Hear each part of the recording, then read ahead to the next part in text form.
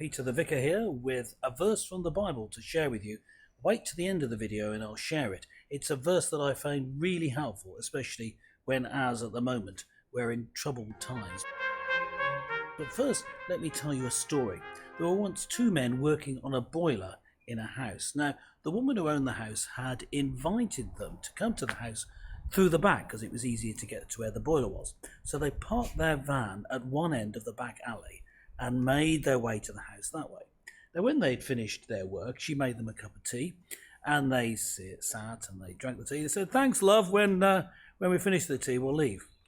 But they had a little conversation then between themselves, and the older guy, the older one of the two, said to the younger guy, "I'll race you along the alley back to the truck." So they immediately set off, and they ran as fast as they could. They were panting, it was neck and neck, but as they reached the end of the alley, gasping for breath, as they reached the end of the alley and they just reached the truck, they found that the woman whose house, the house they'd just been at, was right behind them. They turned around. "So what are you doing?" And she said, "Well, when two people run away from a gas boiler as fast as you do, then I figure it's always time to run with them." We could always be tempted to panic and to run when things seem just out of control.